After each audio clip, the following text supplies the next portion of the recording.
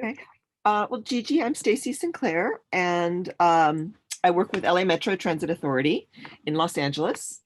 And so uh, we're going to start up with, continue from the last session, starting with water.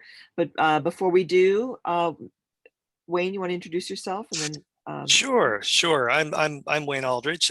I've been consulting in sustainability for a long time. I currently am Associate Director of VCA Green, and I'm also part of the Los Angeles Better Buildings Challenge as one of the technical advisors there. Welcome. Hi, everyone. My name is Hernán. I work for a nonprofit called SEI, focused on environmental education and workforce development. I'm a project coordinator. I work across communications, events, and really across our education and workforce programming. So I'm really excited to be here. I'll pass it back off to Stacy. Awesome. Well, thank you so much. So at LA Metro, I think the reason that I was asked to kick off the water section is I run the construction water program, and we oversee over $140 billion in construction at the moment.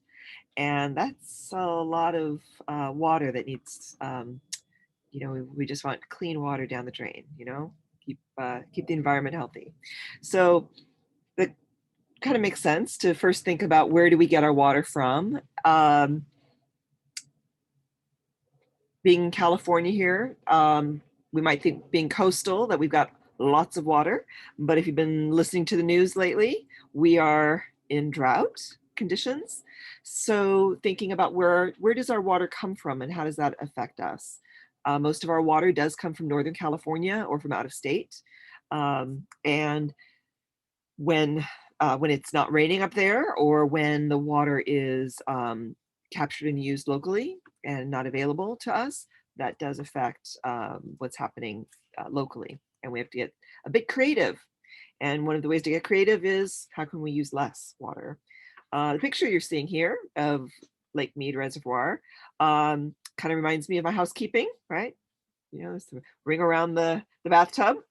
What does that mean? When you see that ring, the water level used to be higher. And based on some quick research, it's been quite a while since we didn't see that ring around Lake Mead. So we've been in need of water for quite a bit of time. And if we think about it as well, water that comes in from out of state or from Northern California, should we have a little earthquake, that could disrupt our water supply as well. So one of the things to think about is, how can buildings help with us reducing our water use? Some of the things you see here might be familiar to your experience. I know some of these ideas, like the low flush, the kind of the dual flush toilets, and the low flow. Those are things that are getting more and more pervasive in infrastructure as we see it. They do make a huge difference. And even even things that kind of beyond what you might be thinking about initially. So it's one thing to just use less water, which is great, but by reducing the amount of water that we're using, we're also reducing the wastewater that then needs to be treated and cleaned. So that's also reducing energy use. So when you're taking a look at products and they talk about things like Energy Star, and you're thinking, wait, that's about energy efficiency. It's like, yes, and it also helps us with our water use. Now, if you're here in Los Angeles, our LA Department of Water and Power does offer some water conservation rebates and programs. Sometimes they're doing giveaways with low flow shower heads. I just got an alert because I'm connected to my dad's account that says, hey, just wanted to find out if you're okay. It looks like there's a lot of water use going on. Do you want to check for leaks? And they provided a whole series of resources on how to check for water leaks, water main leaks. And If it's not in the house, how to contact them for that support. I think more and more communities are starting to launch programs like that, and it's definitely good to look into. Um, Having an elderly father, it puts a lot of burden on the whole family, but it's also another chance to get together. So we can always turn it into something fun. They say, every drop counts. So how can we save them, right? One of the best ways to save water is by tracking it. For some reason, the way our minds work, when we've got to write it down, we start being very conscientious of our behaviors and our actions. One of the things that I do, but that's me, I'm kind of an oddball with this, is I keep a log, an Excel spreadsheet with the months and what my water use is, because water use at certain times of the year is going to be different based on our activity anyway. But if I'm looking, say, May to last May, it's going to be more similar. And if I see something that's really different, it's going to ping me with some ideas. Some of the things that we can do, we can limit how long we take a shower. We can turn the shower off while we're soaping up. What do they call that? The military shower. When we're washing our hands or brushing our teeth, don't just, try to avoid letting the water just run. Rather than running frozen food underneath the faucet to help it defrost, just move it to the refrigerator a couple hours earlier. And again, ways to reduce water use. If you are experiencing a leak, put a bucket under it while you're preparing for your repairs. And then that water can be used to water your plants or other purposes. I tend to put things in my tea kettle so it's ready for the next day. My grandmother, she was always right. She used to say, why not get a workout and clean your house at the same time? So, before you mop, sweep. It, and actually, one of the techniques here is it's not only saving water and building some good muscle, but it's also saving chemical. So when you're putting whatever cleanser into the water to do your mopping, if you don't have to switch that water out as frequently, you're saving water and you're saving product. Other ways to think about is how can you keep that area clean to begin with? A lot of ways to kind of protect an area. You can have mats, to brush your feet off. You could have some crushed rock in between an area that has sediment and going into a space, so that way that sediment can kind of shake off your shoes before you enter or somebody enters an area. Let's see, when cleaning, use, as we're seeing here, using brooms and squeegees rather than using hoses, to clean down surfaces. Gigi, you had mentioned that you're doing some landscaping work with your school, and you think about the plants that would normally be occurring in your neighborhood. Anything that is native, you're not going to need a bunch of fertilizer. You won't have to water as much. And if you can't bring in something that is native to your neighborhood, look for those that utilize less water. And in addition, while you're thinking about that, some plants, depending how you water them when you're first establishing them, makes a big difference. Right now I'm just thinking about my dad a lot because he's doing a lot at his house, but when planting some trees, think about how you're watering those trees. Typically maintenance teams or our gardeners, etc., we overwater, and then the roots end up getting established at a very shallow level, and that can be a problem in more ways than one. That's true. We use Oyas, and we're looking at indigenous planting practices. So instead of just continually watering the plants, as the plants need the water, they draw it from the Oyas. So we're looking at ways to water save. Fantastic. And just thinking about it, we've got a lot of resources here in LA that can help us identify some drought tolerant and native plants. Theater of Pain has been a resource for me, where we can have some pictures. Hey, I really like this plant. Do we have something that looks kind of like that? And they can usually come up with something that's going to be more water saving. Yeah. Absolutely. You can we've checked by our zip code to find out what the native plants would be for our area. And Thomas Paine has been great to provide seeds for native gardens for our student garden club. Yeah. Oh, and tree people. They reach out to the local schools as well and do some great work. Yes. Plan that. Yeah. We've gotten some hydroponic towers from them. Awesome. See, we got great resources locally. We're very lucky here in LA. Yes. Yeah. And really the whole thing that we're trying to do here is, if we don't get a lot of rain locally ourselves, right? So the water that we have, especially potable water, we want to keep it as clean as possible. Then it takes less energy, less effort to clean it and minimize the negative impacts when the water is not clean. Obviously, water pollution is when substances enter that waterway and cause damage. So a lot of times it's defined as harmful substances, and we think about chemical additives, but even soil and sediment, that's going to cloud the water, and by that it's going to affect the natural ecosystem from operating as it should. It certainly affects us personally. I know I like clean water because I like to eat, among other things. So it's everything from, you can do a beach cleanup right from your house, right from your driveway, right from your schoolyard. You don't have to go to the beach in order to do that. So what are some things that we can do? I think the big key is, if we're not putting pollutants into the environment, we don't have to worry about getting them out and addressing them. So finding substitutes for chemicals. We can monitor, and by knowing what our patterns are, we look for a difference that can help us identify a leak in advance. How we store things, just in case something cracks or breaks, is a big issue. Think about secondary containment.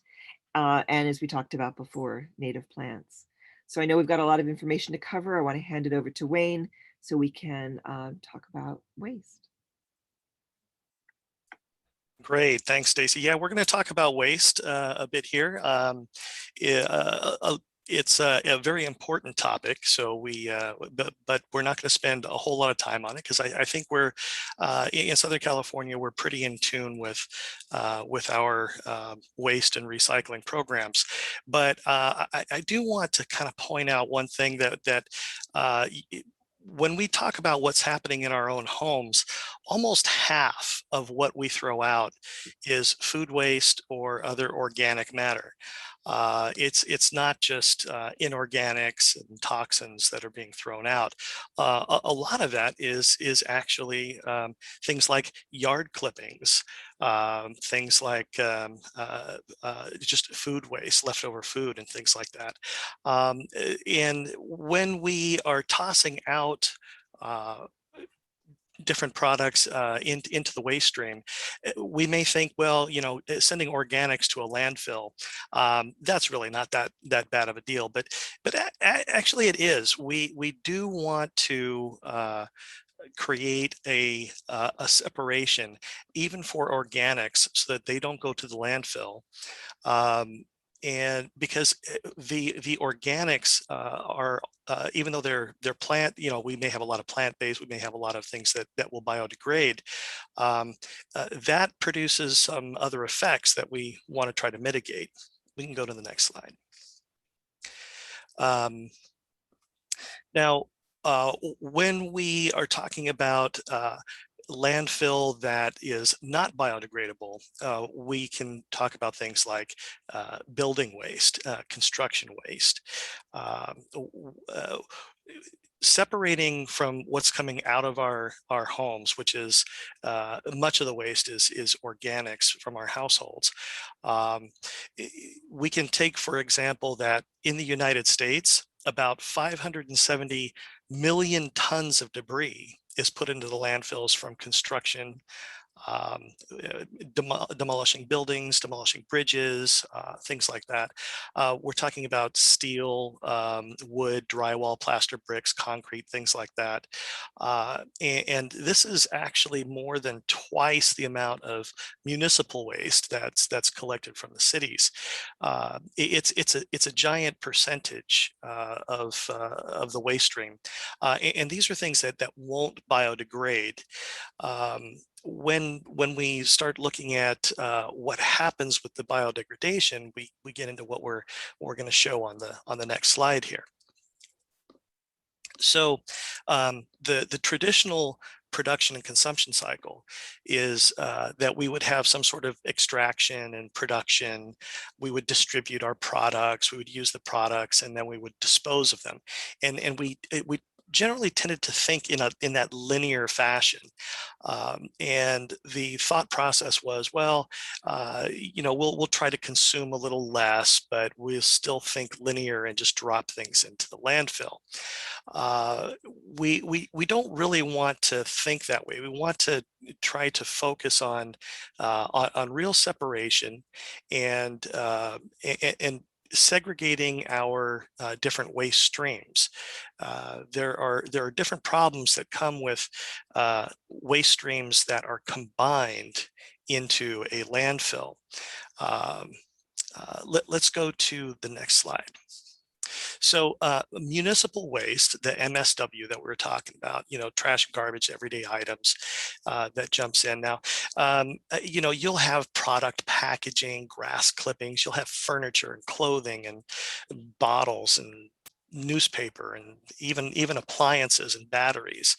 There are some materials that may also be disposed of, but it's not really considered municipal waste, and that's that construction debris that we were talking about.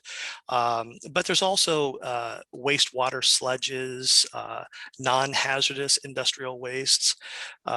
Those also are part of our waste stream, but are not considered municipal waste solids. But municipal waste solids is what you can typically think about when it comes to what's coming out of our homes and our buildings.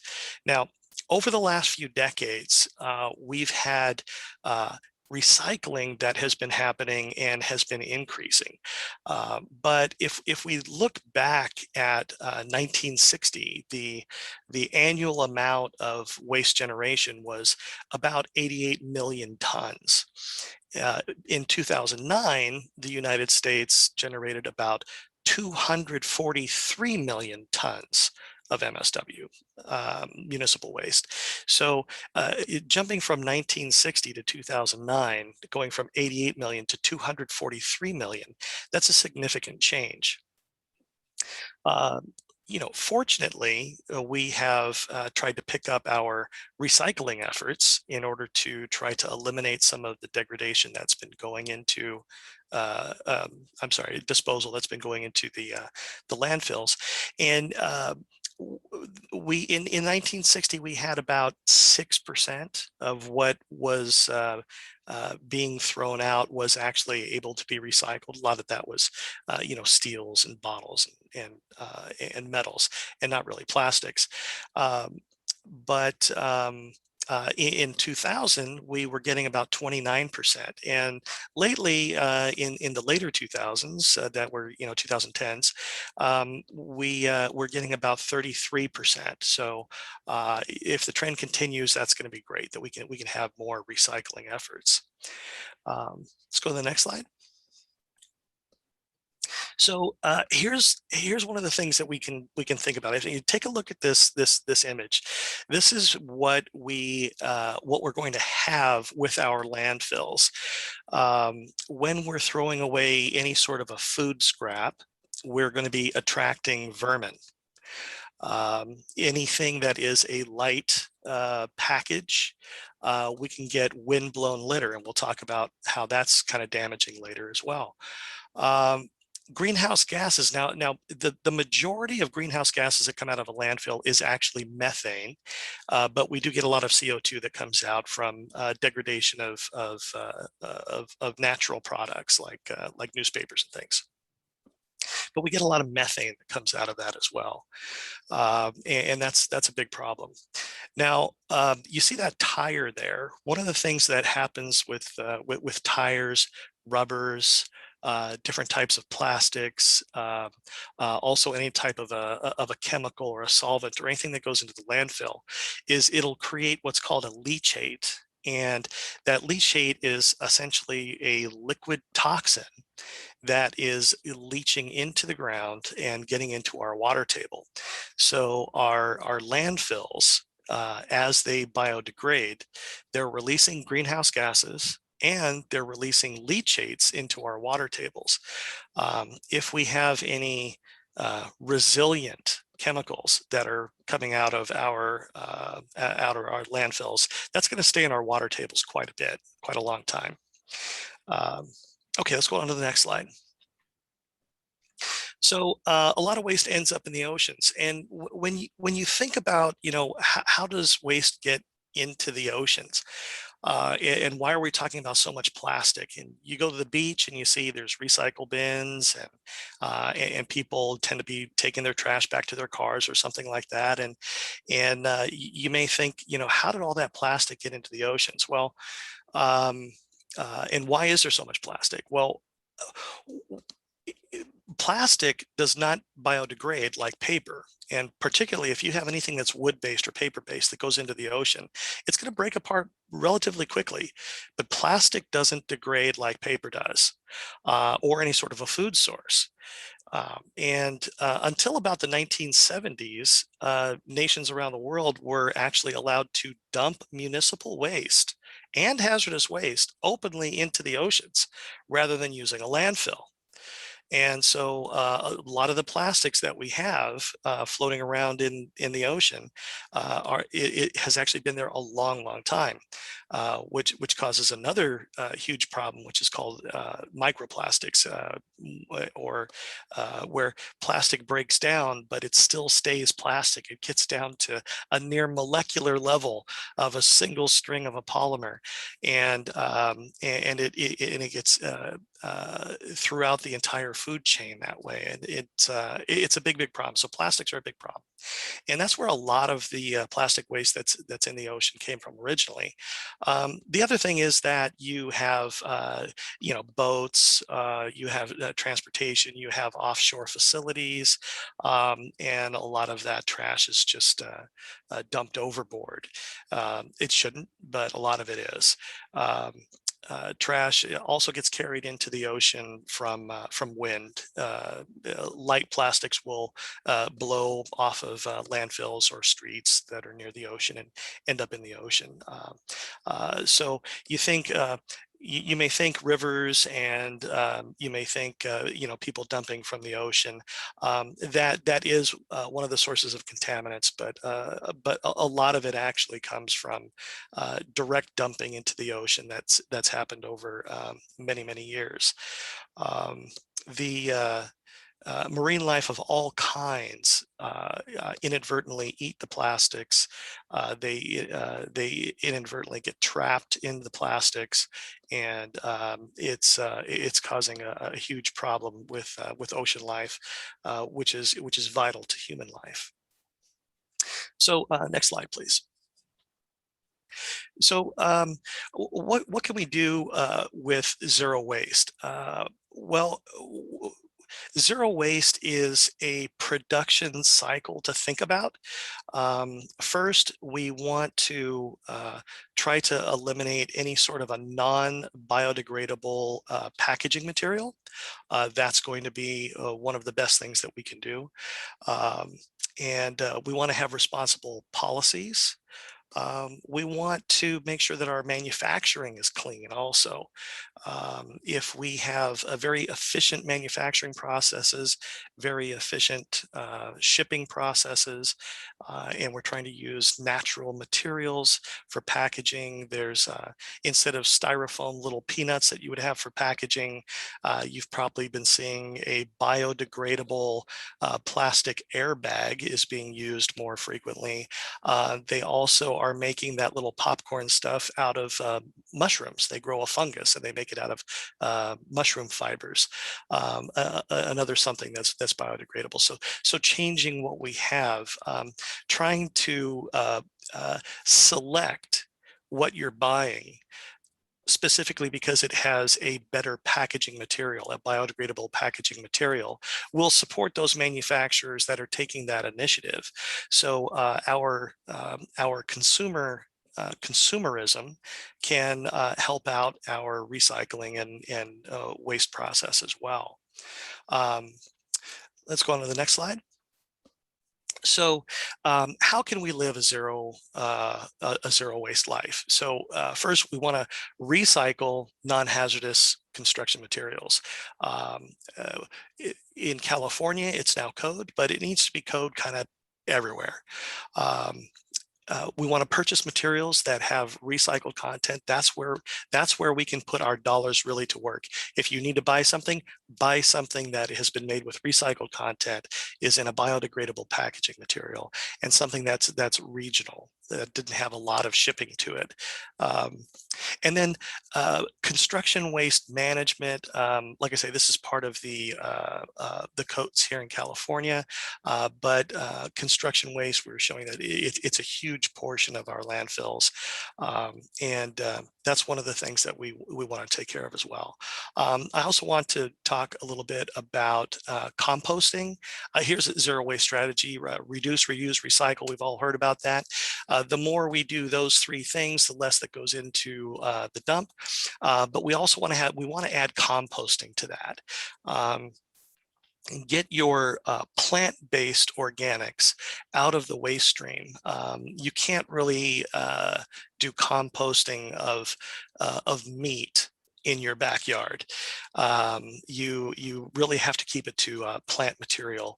But composting is one of the greatest things that we can do to help eliminate a lot of those greenhouse gases that is not going to be beneficial. We're going to be getting greenhouse gases when things decompose anyway, but being able to get some compost that you can use creates a more circular pattern. Next slide. So do you know how to recycle? Well, take a look at the packaging and look for that little symbol, recycle symbol. And there's going to be different materials that will be sorted differently. You may have a composting bin that has a whole bunch of different numbers, 1, 2, 3, 4, 5, different numbers of what can be recycled. But in general, metals and glass and cardboards and papers are readily recyclable. Cardboard and paper can only be recycled a couple of times before the fibers get too small, but that's okay. And then with plastic bottles, you definitely want to check those numbers and make sure that you're separating those properly. Okay, next slide. So how can you be a conscious consumer? Why are the 3 R's significant, and plus composting? And then do you know what greenwashing is? You know, saying something is sustainable when it really isn't. That's really what we want to think about when we reflect back on these things. Okay, let me turn this back over to Stacy. Thanks so much, Wayne. Oh my goodness, here I am working at the Transit Authority, and you've already set me up, Wayne, talking about transit earlier. All right, I guess the question really is, really just how many cars are out there in the world, and how many people per car? You know, different countries, you know, it's reflecting the local culture. You know, if you think about it in the United States, how are we doing? Aren't we the you know, car culture country? So at the bottom of this slide, you can see kind of how many cars per person on average. Oh my goodness, 1 car for every 1.3 people versus say India with 1 car per every 56 and fraction people. Let's pick on Fernanda, she's from Brazil. So, and they're doing much better than we are. Why is this an issue? Now, not everybody's got an all-electric car, and even if you do, What's the source of your electricity? You may still be having some emissions going on there. You know, when I grew up here in LA in the 70s, and smog was quite a bit more serious as it is now, you know, I used to say, I don't trust any air I can't see. But even though we're doing a lot better than we were back then, Los Angeles still has the worst air quality of any major city in the United States of America. So we still have a long way to go. And the question is, what can we do about it? The exhaust fumes that are coming out of a petroleum-based fuel vehicle, we call that particulate matter, or PM, usually followed by a number. And the smaller that number, like a PM 2.5, those are particles that are very, very small. And as you breathe them in, they can get lodged deep within your body, and then it's hard to process them and expel them. So it can create a number of health issues in the short and the long term. So the question is, what can we do about it? And one thing is eliminate it at its source. What if we drove less and explored some other ways of getting between here and there? Oftentimes the hardest part is that last mile, or that very first mile, before you can get to another mode of transit. So when you're sharing a vehicle, then it's, you know, the amount of emissions per vehicle spread over multiple people, it's a less impact by that equation. So one of the ways to think about like this particular visual, which I think is kind of interesting, is on the left-hand side, you've got 60 people kind of clumped together, kind of see how much space they take up. Now move over one to the right. Now you've got 60 people and a bus, because a bus could hold 60 people. Kind of get a sense of how you can reshape that space. Now, what if those 60 people were riding bicycles? And then all the way on the right-hand side, 60 people, if each person had their own car. That's actually taking up quite a bit of space on the road. And now in your mind, you can also equate that to the amount of emissions expelled by that quantity of people if they're using vehicles. So it does kind of speak to, all right, what are we going to do about it, right? Well, one thing we can do is get out of our cars and ride a bike. One of the big challenges with that, obviously, is safety. So as you take a look around the community, you'll see a number of different options that are being explored. There's a lot of work being done by long-range planning committees, you know, to really think about how can we encourage people to take a bicycle. On the left-hand side, you see you know, a bike path. Sometimes we have bike paths that are just for bikes, or just bikes and pedestrians. Sometimes we have a barricade between the bike path and where the cars are. And sometimes you may have heard the phrase share the road. And where I live, we have a beautiful bike path and people are still bicycling right in the middle of the street, and it becomes a big safety concern for me. Now, again, back to that first and last mile. We've really been exploring in Los Angeles bike sharing, not just Metro's efforts, but a number of different jurisdictional efforts around how you can borrow a bicycle for a short period of time and get where you need to go. So a lot of work is being done in this area. If you're interested, researching something like walkability, that's a very interesting bit of work. A lot of that work has originated out of UCLA and USC, which are local here in Los Angeles. If we're going to use public transit and look at buses, question is, what's powering the buses? We can go from what we have had in the past were diesel. Now we have compressed natural gas. Metro buses are now all compressed natural gas. And as of this year, they are sourced as a biodiesel, which is also reducing greenhouse gas emissions further. We're already piloting electric buses, and there are many jurisdictions, not only here in the Los Angeles area, but across the country and the world, that are doing some amazing work with electric buses. The biggest issue there is, how do you power them? And if you've got hills, how do you get them up the hill? It takes a lot of push. So that brings down, you know, so they work through their battery power very quickly. You know, the old ways always worked. Just hoof it. just get out there, put a pair of comfortable shoes on, and walk from here to there, and that will help for small distances, certainly, and for in between other transit. Obviously, if we're talking about people with disabilities, we're talking about people that are otherwise mobility challenged, young children in tow, or etc., that can be difficult, but we are working on ways like slanting the curbs so it's easier to for wheelchairs, etc. So where do we go next? I know New York City did a big project around walkable neighborhoods, and this is a picture of Krakow, Poland. And if you take a look, this is a place that they've diverted vehicle traffic and really encouraged people to use other modes of transit to get from here to there. But how far are you really going to walk, especially depending on the weather? So we can also think about what we call a transit-oriented community. So making sure that we've got where you work, you eat, you play, all within a walking distance. If you're interested in that, there's a lot of research around something called the 8 to 80 community. So whether you're 8 years old or 80, it's a community that you can maneuver around. So lots of thinking work, a lot of innovation in the works, and I think that's a really good transition to think about what's next and what can you do to solve the problems that we haven't solved yet. So I want to turn it over to Hernán and Green Careers. Hi, everyone. Again, it's Hernán from SEI. I work for an environmental education and workforce development nonprofit, and I'll be talking a little bit about green careers and some of the ways that you all can get involved right now.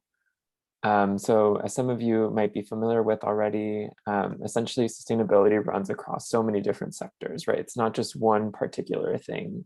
It can be a part of education, technology, urban planning, design. So there's lots of different ways that it intersects across sectors and industries. Next slide, please. And just to start off, I want to define what is a green job. This organization, Green for All, defines green collar jobs as well-paid career track jobs that contribute directly to preserving or enhancing environmental quality. So any job that is benefiting the environment in our communities, is defined as a green job. And some of the major pros of them is that they tend to be local and can't be outsourced, right? So a lot of green jobs are looking for community members in that immediate area to work on a project, which is really awesome. And it requires new skills and training. Maintaining electric vehicles and buses is different from those traditional, gas operated vehicles, right? So it requires new skills and training in order for people to fill those jobs in the market. And on the next slide, I'll talk about sort of how they're growing, right? Across the country, there were 2.5 million jobs in energy efficiency in 2018. And this number is really expected to grow, particularly as we're coming out of the COVID-19 crisis. There's been a huge focus on growing green jobs as a way to recovery. And these are just some examples of the types of jobs that are out there, such as smart lighting systems, insulating walls and ceilings. There's really a lot of different opportunities there in the green job market. Next slide, please. And just to talk a little bit about what we're having here in LA in the region, the office of Mayor Eric Garcetti put out the LA Green New Deal, which is a plan to put out 400,000 new green jobs by 2050. So that's a lot of opportunities out there across the area. And so really look out for these as they arise, both for you, your students, if you're an educator tuning in today. And they're going to be jobs in clean energy, green building, electrification. And these are really across the industries that you can work in a green job. So it could be legal, manufacturing, public health, education, like I mentioned earlier. And on the next slide, I want to really show you all this. This is a list of different job titles that you can have in a green career, right? So what's interesting to keep in mind is that some green jobs don't exist right now. There's lots of new things coming up. And so There might be new opportunities out there. You know, there's just a huge shift in how people are doing work, and there's a huge shift on sustainability. And so some of the jobs that come up, they're going to be brand new. They're looking to fill new positions. So definitely look out for those. If you're interested in a green credential, these are some of the different opportunities for you all to look into, such as a sustainability professional certification. There's the LEED Green Associate, which is leadership in energy and environmental design for buildings. There's the well-accredited professional focused on really the inhabitants of a building, which is really important. There's a Green Globes professional, and there's also a project management institute certification. So these are just a handful of opportunities out there. There's a lot more out there to get you into these green jobs. And this is just a question that I want to leave you all to think about on your own. You know, think about, what are you passionate about and how can you contribute to this industry or issue, right? So I'm sure, you know, no matter what your interests are, whether it's science, art, communication, community engagement, there's some way to shift that into an environmental sustainability focus. You know, for me, I'm really interested in communications and education. And so I've been able to do that through the nonprofit that I work at. So I'm sure there's a lot, there's some way to connect it to sustainability. Next slide, please. And I just want to briefly talk about some of the resources and opportunities available to you all right now. Through the organization I work at, on our Energized Schools program, we provide Green Career webinar series presentations for high school students, where essentially you can learn about people in their day-to-day lives as an environmental professional, whether they work on air quality or transportation, waste, etc. And you just get to hear from them, you know, what they did, what they studied, what jobs they held, and what they do regularly. So it's a really cool opportunity to check out. The next thing that we have, oh, sorry, Stacy, if you could go back. We offer competitions on Energy and Earth Day that are available to you. And then we also have some virtual certificates available to high school students that are a great resume booster. And the next slide, I'll talk about some of the opportunities post high school that we have these are all no cost resources as well. I just want to emphasize. Stacy, do you mind just going to the next slide this time? So, oh, I think we skipped one over. We have so really encourage you all to look out for internship opportunities. We have internships through our Energized Colleges program, but aside from this, highly encourage you to look for an internship. It's a great opportunity to gain experience in the field and get some skills. Next, you know, we have a Climate Corps program, which is a fellowship program for typically people who just finished a 2 or 4 year degree to get your foot in the door into a green job. So you get training from us while also having that you know, on the job experience as well. And lastly, want to encourage you to look out for energy efficiency and vocational training programs offered through, you know, community colleges or training institutes like the Electrical Training Institute in Commerce, for example. Oftentimes these are very low cost or free, or sometimes they even pay you to do the training. So really awesome opportunities out there. So I'm happy to answer any questions that you all have really about any of the content that we all shared today. So feel free to drop something into the chat. But thank you all so much. Thank you for the panel. I wonder if it's just us, if we can just, instead of dropping it in the chat, if I can just unmute myself. And we're at a school in South Central, and as you know, the programs are being cut. And to ensure that our students are going to be ready and trained and skilled for LA 2050, when we're thinking about green jobs, how can we promote, you know, this recognition even that these jobs exist to our students, especially in underserved areas? And Harmon, before you jump in on this, just as a local resource, you know, a lot of the agencies around Los Angeles have different programs and internships for high school students that they can get paid. Even like LA Metro does have one. Okay, selfless plug, but also again, LA Metro working with LA County is opening a transportation school, which is a theme school, and what that really gets me thinking about is the different charter schools and the different types of academies that we have all over the nation and the world that can use themes where students are interested to learn more. So you're teaching content anyway. So using a context that can say, hey, you're qualified to start on this career path right from where you are, and here's what that job's called. You know, that's one way to just kind of go, oh, what I'm learning is relevant. What? maybe I am going to do my homework. Maybe I am going to, put a little bit more into it, because it could become bigger in the future if you're interested.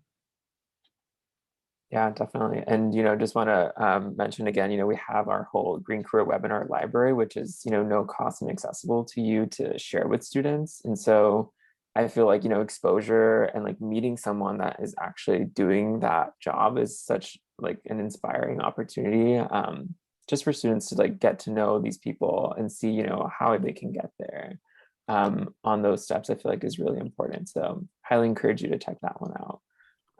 But hopefully that answers your question. Yeah, great. And I think the more that our students see people in positions that look like them, then they can feel that it's possible. Absolutely. And offering those economic incentives, paid internships, entry-level jobs, paid training, all of those things are very helpful. How can we really get the most out of the new Green Deal? I'm trying to figure out exactly what that is, and then how we can utilize what that has to offer. I don't know if anyone can speak to that.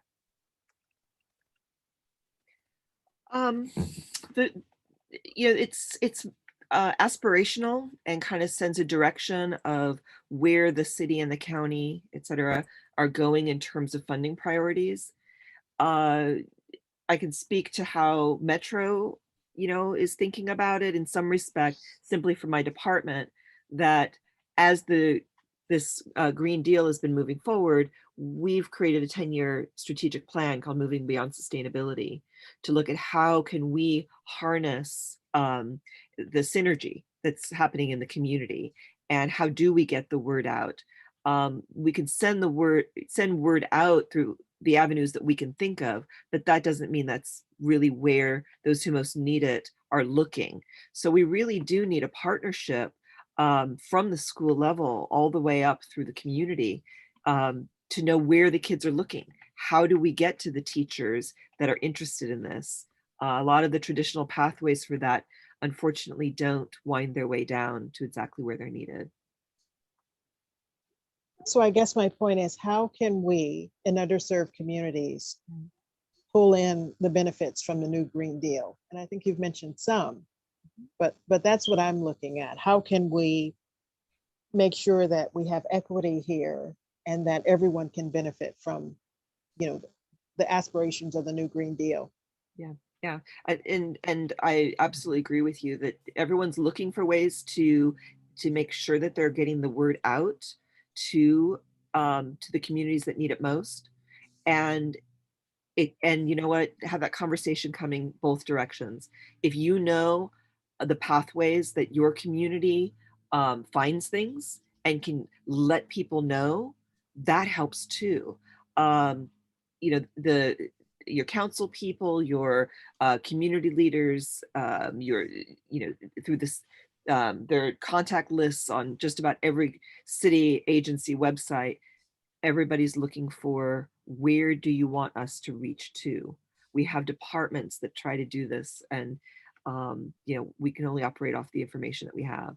So tell us what you need, and that helps. It really does help.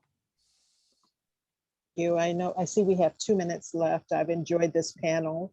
So just thank you very much for all of the information. Thank you. Thank you.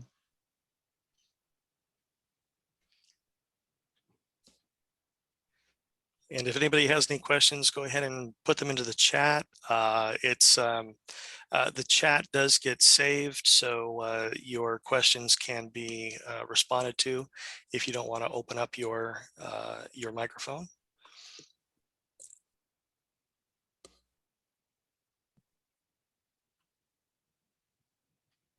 Wayne, you mentioned when you were talking about waste, about tires and the toxins that come from that. I have seen gardens that have used tires as planters So especially in hearing you talk about that, that's not such a great idea.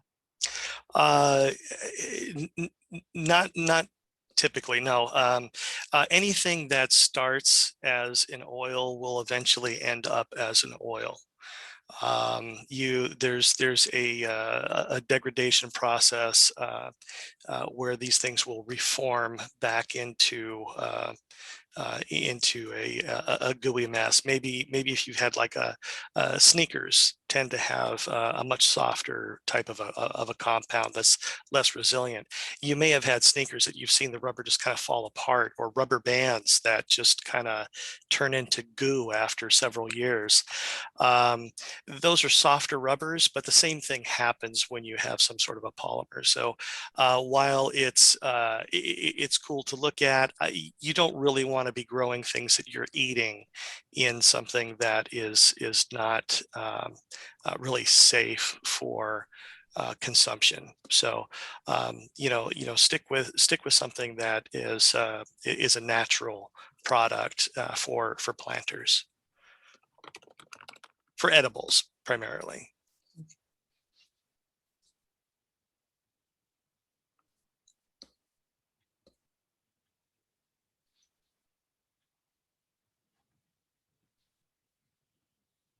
All right, well, it looks like we've exhausted the questions that are out there. So thank you all so much, and thank you USGBC-LA for the opportunity for all of us to be here. Yes, thank you all. Stacy, thank you, Hernán. Thank you, Wayne. Thank you. Have a good one, everyone. Take care.